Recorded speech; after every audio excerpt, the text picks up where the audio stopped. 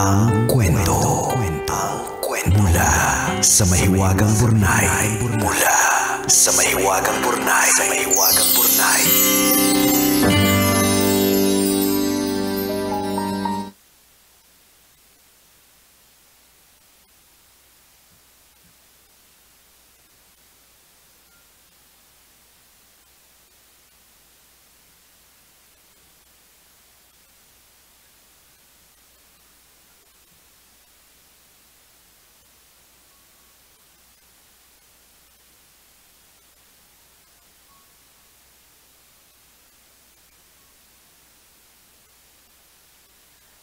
Ano kaya ako nakatulog pala ako, no? Kaya pala kaya pala hindi nagsasalita.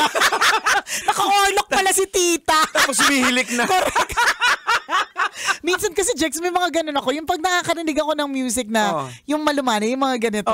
Duling-duling na ako sa Piling ko nga nagpa-piano ako eh.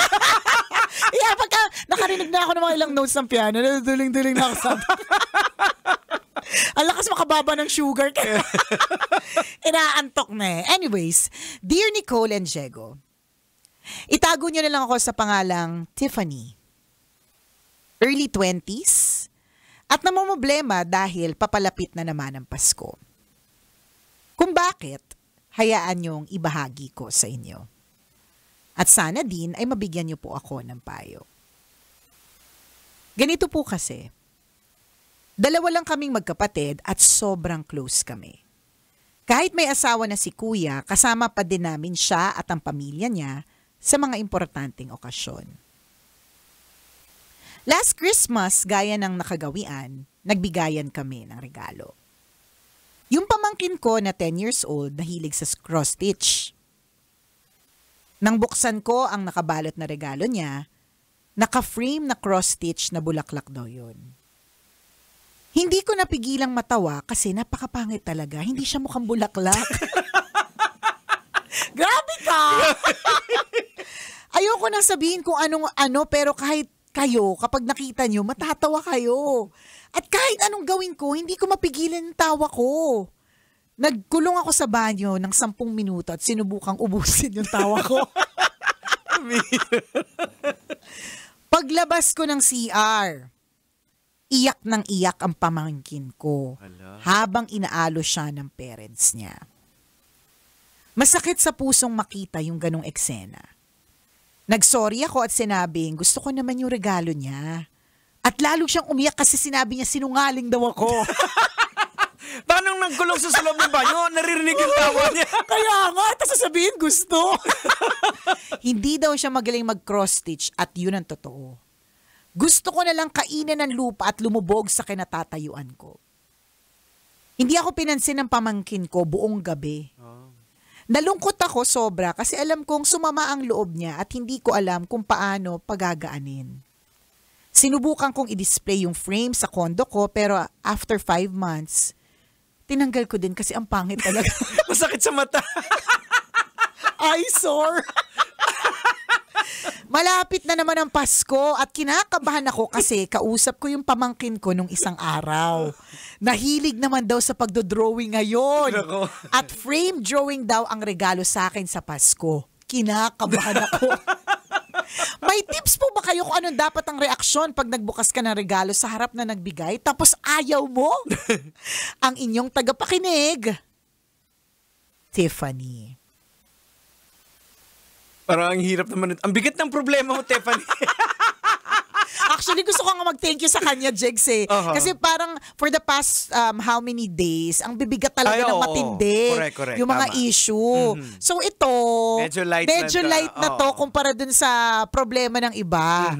'Di ba? Kaya thank you, Tiffany, kasi napatawa mo kami.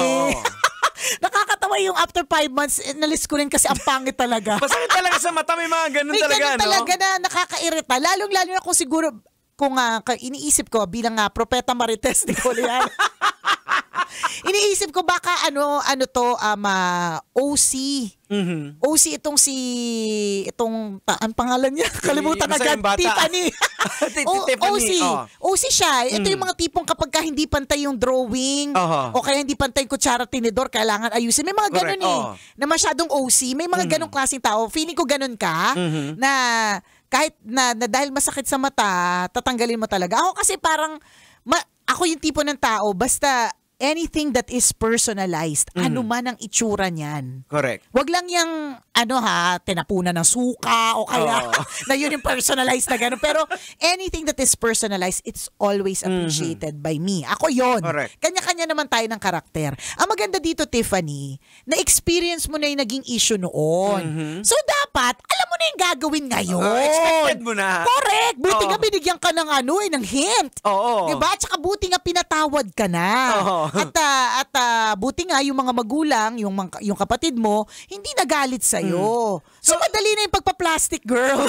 So siguro, tingin ko yung nangyari dito, nung binuksan niya sa harap ng bata, tumawa siya. Oo. Tapos pumasok na lang siya sa CR. Correct. Tapos naririnig pa humahagik. Alam mo, ito yung kwentong naririnig namin. Yung kinikwento mo lang yung pagtawa, pero rinig namin siya. Oo, naririnig namin yung tawa mo sa loob ng banyo. Rinig namin yung tawa sa loob ng banyo. Kung paano ka magre-react, mag-practice ka na ngayon pa lang. Pwedeng hindi masyadong OA, na halatang halata namang pero ang pwede mo sabihin, uy, this is appreciated kasi alam kong pinaghirapan mo to. Huwag ka na magsinuli na, I'm perfect! Diba? Pero, Jegs, malay mo, yung pagtawa mong yan ang naging motivation para sa pamangkin mo para gumaling siya. Tapos ang bibigay niya na na drawing sa'yo, tsura mo na may sungay. Baka yun, may possibility. Hindi ba pala nakabuo isang taon na? May possibility. Pwede, no, Jegs? Ganda mo rin sarili mo. Correct, ganda mo rin sarili mo. Anong itsura mo? Nang merong syungay, tsaka pangil, tsaka buntot, tsaka may apoy.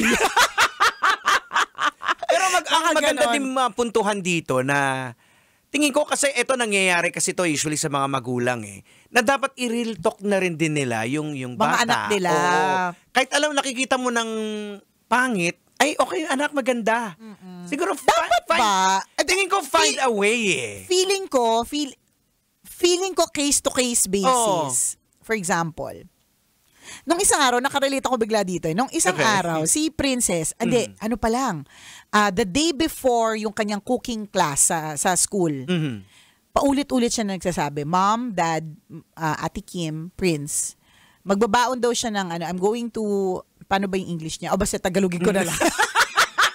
Basta sabi niya, magbabaon daw siya ng empty container. Okay. Dadalhin niya daw kasi magluluto daw sila ng tosino. At mag-uuwi daw siya. Nung umaga, grabe wala na siyang ibang binanggit. Nung gabi, bago yun. Excited na. Excited na siya na parang kaya yung, at saka salted egg na ginawa daw nila, parang ganun. So, nung umaga, excited siya. Mom, I'm going to bring parang nagsabi pa siyang wag kumain. Wag kumain, wag magpakabos. May uwi siya na may uwi siyang tosino na ginawa niya. Pero that day, kumain kami. Hindi ko alam kung bakit. Basta kumain kami. Honestly, nakalimutan ko din na meron siyang tosinong iyan. Nagigilty din ako pero nung kinagabihan, basta pagdating niya pa lang pagsundo pa lang namin sa kanya, amoy na namin yung tosino kasi medyo binuksan niya pa yung container para maamoy namin. Para wag namin makalimutan na may tosino siya. Okay. So sinabi niya na may tosino daw siya. So nung gabi, kahit busog na ako kasi nga kumain kami sa labas. Sabi niya, Mom, did you taste na the tosino? So, tinis ko yung tosino. In fairness naman, Jegs, okay. Hindi kasi ako, in the first place, hindi ako mahilig sa tosino. Hindi ako makain masyado ng tosino. Pero kung may regalo po kayong tosino, okay lang din. Padala niyo po dito. Yes, dahil next week po birthday ko, pero wala ako sa mismong birthday ko. So, padala niyo na po ngayon, this week. Yan. Ngayon pa lang. So, pero masarap. Pero kung tosino siya, lasa siyang tapa. Pero, ibig sabihin, appreciate ko siya. So, talagang, kahit busog na busog ako, Diego, at hindi ako makain ng masyado paggabi, nagkanin ako, para iparamdam talaga sa kanya na it's not bad Itong ginawa ng asawa ko, si Ren. Pinagtawanan niya talaga. Hindi naman niya mukhang tosino Diba?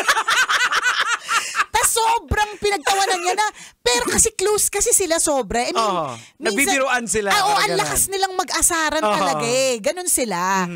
Pero ito, hindi tumawa si Princess at kitang-kita ko siya na talagang yung luha niya, talagang ang lalaki na nasa gilid ng mata niya. Nasa laptop, harap siya ng laptop, tapos yung nilalakahan niya yung mata niya para hindi tutuloy yung luha. Parang, I'm a strong girl. Hindi ako magpapaka-apekto sa pagpapangasar ng tatay ko. Parang ganun yung nababasa ko. Pero kitang-kita ko talaga, she was so hurt. Kasi talagang, kung babalikan ko, the day before, and baka nga a week before kinikwento na niya yung tosinong lulutuin excited niya. Na siya Kasi hindi naman siya nagluluto Pero may gagawin siyang tosino. And ang tosino kasi, staple sa bahay namin. Favorite kasi nila Ren yan Favorite ng family ko. Ako lang yung hindi masyado may favorite sa kanya. So, siguro, baka, ako kasi, dahil di ko nga favorite, lasang tapa para sa akin. Tapos at saka, ito, sabi ko, but babe, sabi ko, I said it was good. Tapos sabi niya, no, mom. You're my mom. You're supposed to say that. Kumbaga parang naka-default na. Naka-default yun. Ang sa kanya, default sa nanay yun. Nagulat na ako na, okay. So, minsan ba, niisip mo, hindi totoo yung sinasabi ko kasi default. Default na pag yung nanay, lagi sasabihin maganda. Uy, pero kanina, di ba sabi ko, nung pinanganak si Princess, mukha siyang daga. Diba? So, hindi siya default. Hindi.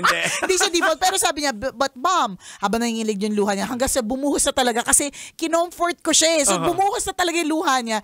Sinabi niya, Mom, you're my mom. You're supposed to say that it's good. Sabi ko, but it's really good, babe. Siguro si dad is just so full. Busog lang siya talaga gano'n. Tsaka lakas nilang mang-asar. Silang dalawa, lakas nilang mang-asaran. Yung para mapipikon ka sa asar. Pero kasi that time, sobrang excited ni Princess and pinaghirapan niya yun. And parang leader siya nung group. At tingin ko, siya pa yung nag-impose na dahil paborito to ng pamilya ko. Correct. Meron ito yung project natin. Yeah. Tapos may empty container. Yung parang ipapakita ko talaga sa pamilya ko. Iuwi ko. Actually, yung salted egg, ang tamis. Kasi pinapagsama niya doon sa tosino. So, pero sabi ko, salted egg. Ang plastic! Hindi ko kaya. Kasi it's not bad. It's not bad. Yun lang, sa madali sa it's not bad. It's not perfect, but it's understandable. Hindi naman siya talaga nagluluto First time niya yung gawin. And maybe it's default na ang nanay will always say it's beautiful kahit hindi. Will always say na masarap kahit hindi masyado. Pero in fairness, masarap. Yung salted egg nga yung in fairness masarap, lasang tapa though. Tapos yung salted egg medyo matamis kasi hinalo niya dun sa tosino. Kaya yun lang naman yun, but it's good. Pero yung effect nito, na pinagtawanan siya ng tatay niya, wagas. Kinailangan siyang bigyan ng 500 para tumigil. 500 na pala. Wala prinsipyo. 500 ang katapat. Mana nga sa'yo. Uy, tumigil talaga siya. So yun yung sinasabi, yun yung babalikan natin si Tiffany. May ganun pinaghirapan kasi. So gano ba naman, gets kita Jex dun sa i-real talk mo, kailangan. Yes. Pero hindi dun sa bata, yung sa parents. Yun. But at some point, merong pagbe-bend dun sa real talk Pwede. Pwede. Dun sa magulang pwede na parang, masis, anuhin mo naman din kasi walang iba pwede magsabi niyan. Meron talagang mga magulang na alam naman nila na wali. Pero ang ganda naman. Which hindi rin nakakatulong sa mga minsan, sa bata. actually, totoo. Kasi minsan may mga ganyan kami na ina-attendan na kunyari debut, tas kakantay nag-debutant. Magtitinginan kami ni Ren Alam ba hindi ba sinabi ng nanay niya na hindi maganda yung boses na pakikinggan natin kasi one full song. Mapapahiya sila sa ibang tao. Correct. Not everyone will understand. Diba? In the case nga of Tiffany, at least ika pa nga ay tita.